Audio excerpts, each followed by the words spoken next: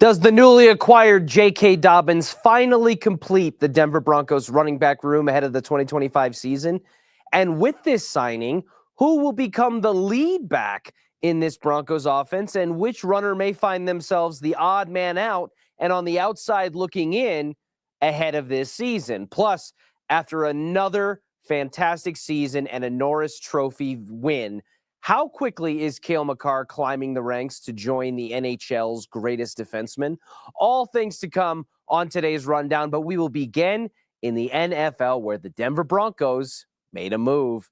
They brought in the free agent running back J.K. Dobbins just a number of days ago for a 2-day visit, went to dinner, spent time at the facility, observed an OTA practice, but ultimately left Denver without a deal imminent. Similarly to how we saw Evan Ingram visit in the earlier portion of free agency, leave to go explore other options, and then eventually sign a deal a number of days later.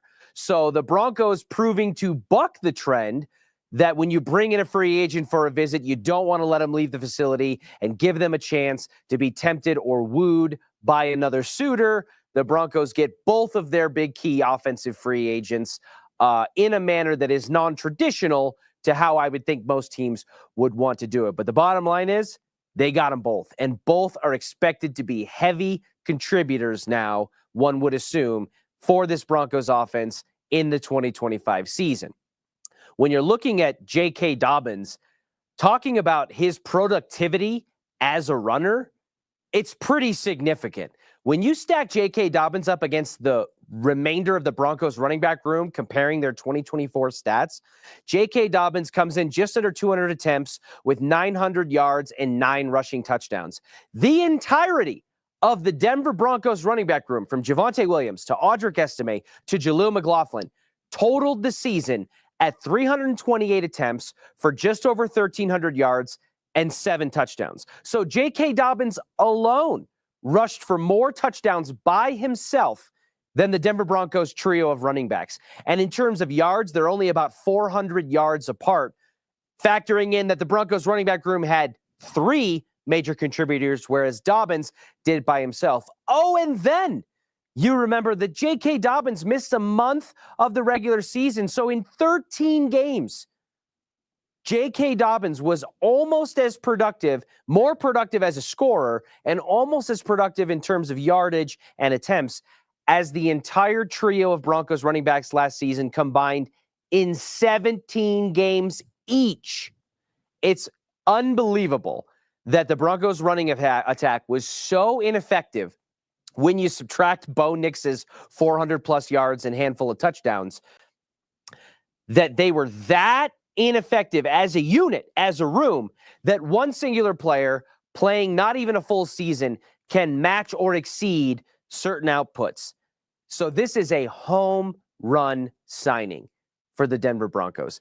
A 1-year, $2.7 essentially $1 million deal that has the potential to go up to about $5.25 million based on incentives. And I got to be honest with you, I think this is a contract that the Broncos would love to pay out the maximum allowable amount to. Because if J.K. Dobbins gets his full $5.25 million out of this 1-year contract, that means he stayed healthy for the majority, if not the entirety of the season, and he has been a productive and prolific member of that offense, which means Sean Payton's offense has brought significantly greater balance in 2025 than it did in 2024, and therefore Bo Nix is probably running at a much more efficient clip than he had to at times in 2024, trying to carry the majority of that offense on his own legs and his arm. So I think for the Denver Broncos, this had the opportunity to be a genuine what-if missed opportunity. You saw Nick Chubb sign a 1-year deal with the Texans, and outside of Nick Chubb, J.K. Dobbins was the only other name in terms of free agent running backs left on the market that was really worth the kind of squeeze that you would want if you're a team looking to add a body in a room that's more than just a depth piece. So this had the potential to be a major what if for the Broncos if they let this slip through their fingers, but they do not. They did not. I think it's a testament to Sean Payton and George Payton for being able to explain their vision and carve out a role and a niche for this player who, outside of health concerns, has been one of the more productive backs when healthy over the last handful of years, the former second-round pick out of The Ohio State University. And I think it's a testament to Greg Penner and what he's been able to do to help transform and reinvigorate this franchise as a whole to become a destination place for free agents to want to be tempted by, and a testament to Bo Nix for helping create the centerpiece around which this team can be built and allow other free agents like Evan Ingram, who name-dropped Bo Nix as a significant reason as to why he chose to come to Denver over other potential suitors. And so I think that this all around, from ownership to front office and coaching to the players in the locker room, who I'm sure had an impact in reaching out and trying to make connections to bridge this gap between J.K. Dobbins and the Broncos, a home run hit for all parties involved. And I genuinely think we are witnessing the running back room turn on its head just now in the last 24 hours. Because the question remains, with J.K. Dobbins in the fold now, who's going to be the lead back in this offense when the Broncos line up in week 1 of the 2025 season? My gut tells me the newest addition to that room in J.K. Dobbins is your answer. R.J. Harvey was the second-round draft pick, obviously is going to carve out a role in this offense in 2025. But given his skill set, where he's going to be clearly used based on the evidence in OTAs and minicamp thus far in the running and the passing game, we don't 100% know what his pass protecting ability looks like. Therefore, his status as a complete running back, a 3-down utility option, is still TBD at this moment. It's up in the air.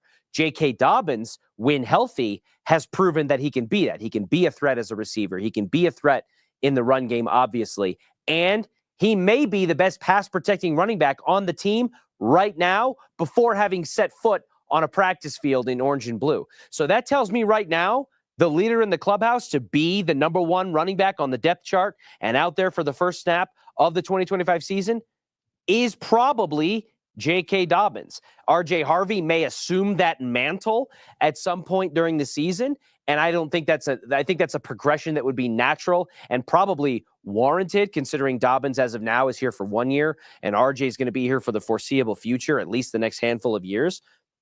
But right now, I think J.K., without having played a single practice snap for the Denver Broncos, presents the opportunity to be the lead back in this offense. And I think it would be a wise move if the cards played out that way for Sean Payton and George Payton to go that route to start the season. And the other half of the coin is now which running back is the most in danger of being squeezed out of this offense. We were already talking about that with R.J. Harvey just being in the mix with Jaleel and Audric Estime, because you can name a lot of great running back duos in NFL history, some of which Sean Payton has had the pleasure of deploying during his tenure with the Saints, but you don't know a ton of trios. And running back is such a tempo and rhythm position that you need to be able to give guys and feed guys enough carries and enough touches to get into a rhythm and establish their game throughout the flow of an offense.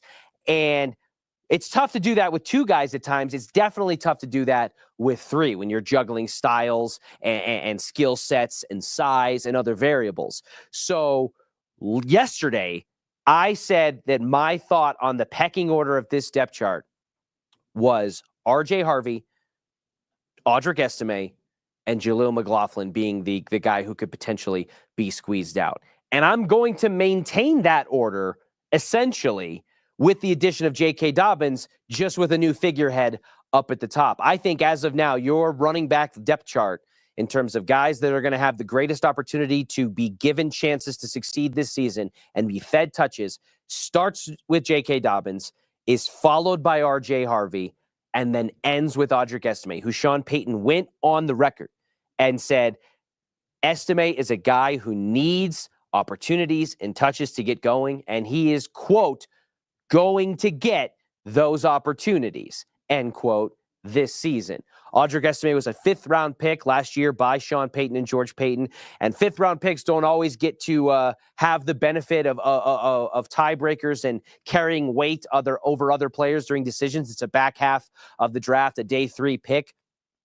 But Audric Estime is somebody who Sean Payton saw a skill set in, trusted out of the gate, lost that trust a little bit due to ball security issues and then faded away with some injuries, but then was given critical carries and snaps on a game-winning drive situation on the road in Arrowhead against the undefeated Kansas City Chiefs for what ultimately was a successful game-winning drive until Alex Forsyth makes a critical error and the Chiefs block a game-winning field goal attempt to avoid their first loss of the season. But it was Audric Estime, not Javonte, not Jaleel, not Tyler Bidet or Blake Watson, who was getting those carries in that moment. So trust was renewed.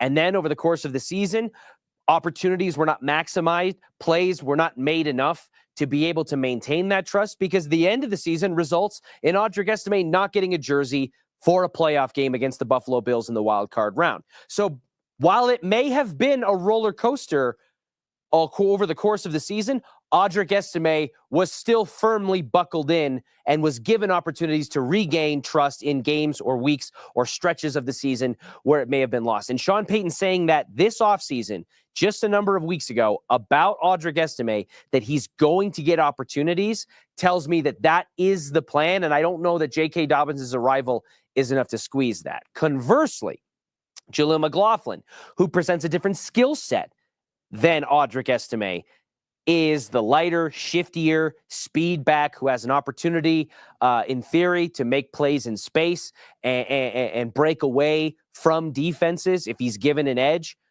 But he didn't do that consistently enough when given the opportunity in the regular season. He does not present the frame and the style of play that maps him out as a good pass protector and weapon in that regard.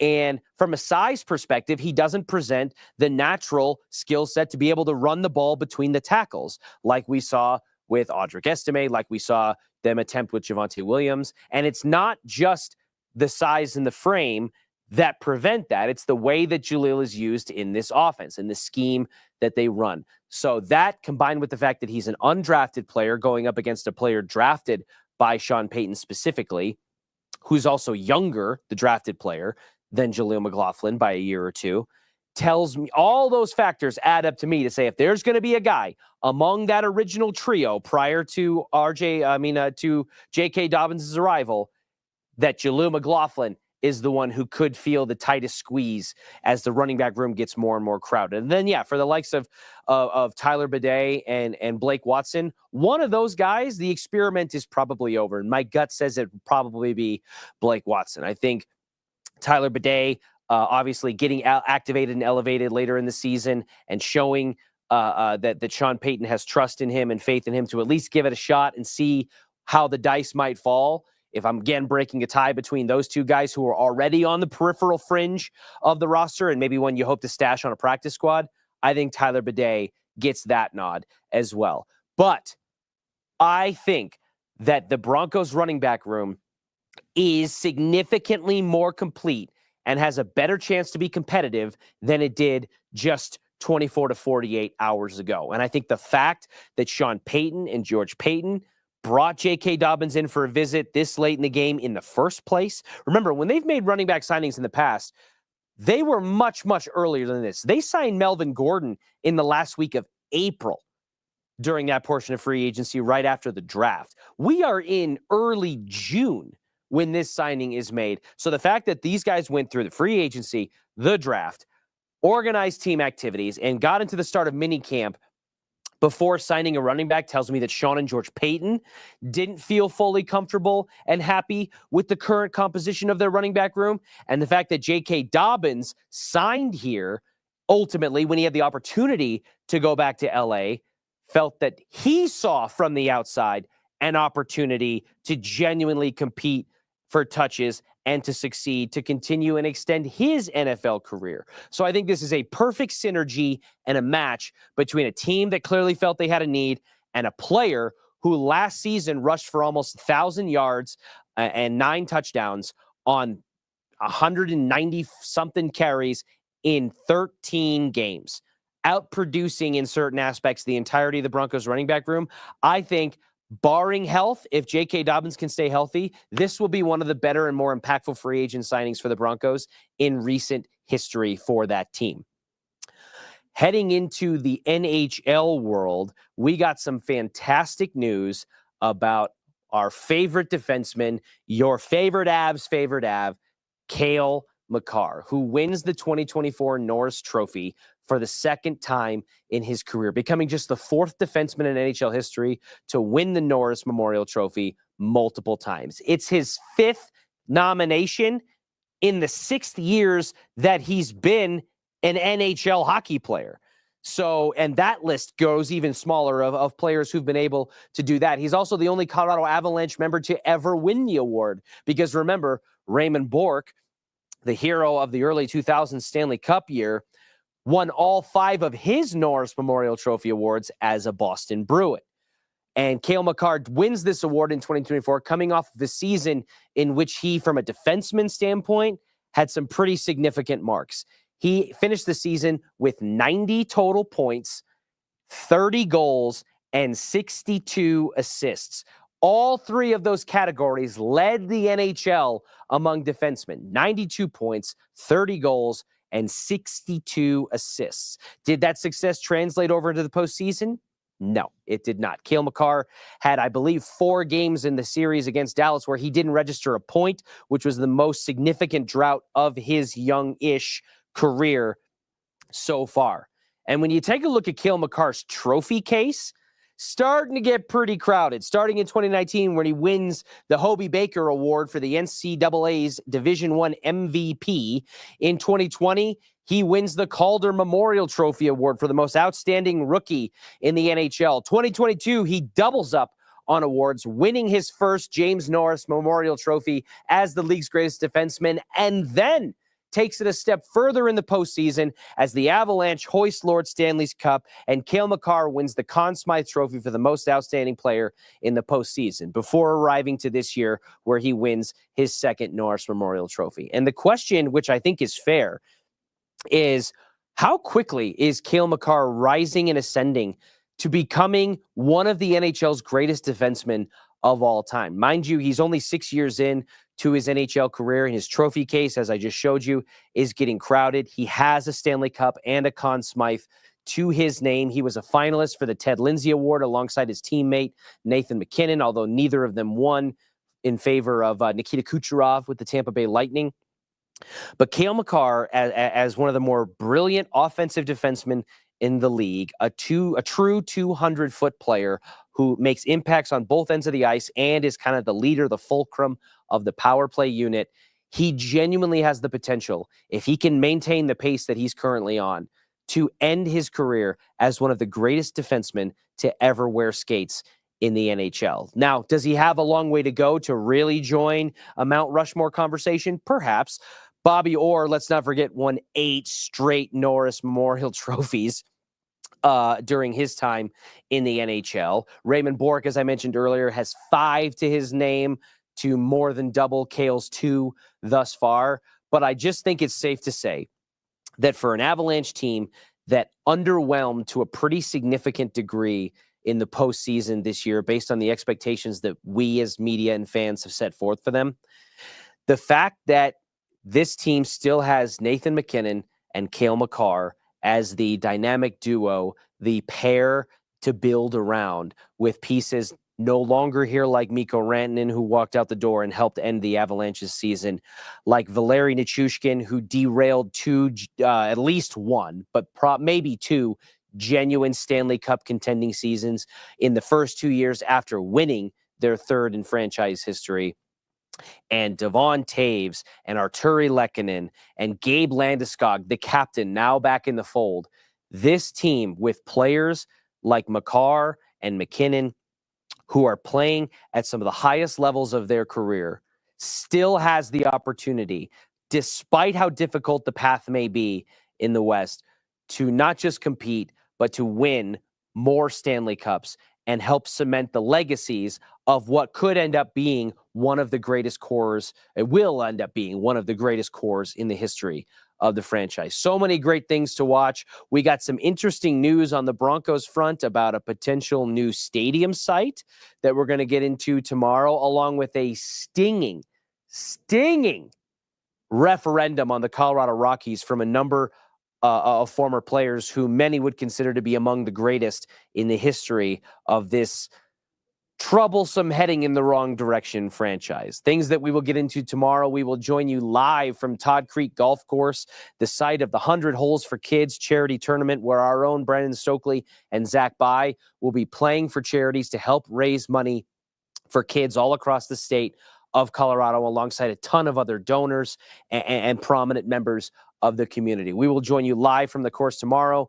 If you want to learn more about how to donate, head to StokelyCares.com and ZachBuyCares.com to pledge some loyalty to your favorite fan hosts, and in the process, help some kids in need around the state of Colorado that could genuinely use it. We'll catch you tomorrow at noon.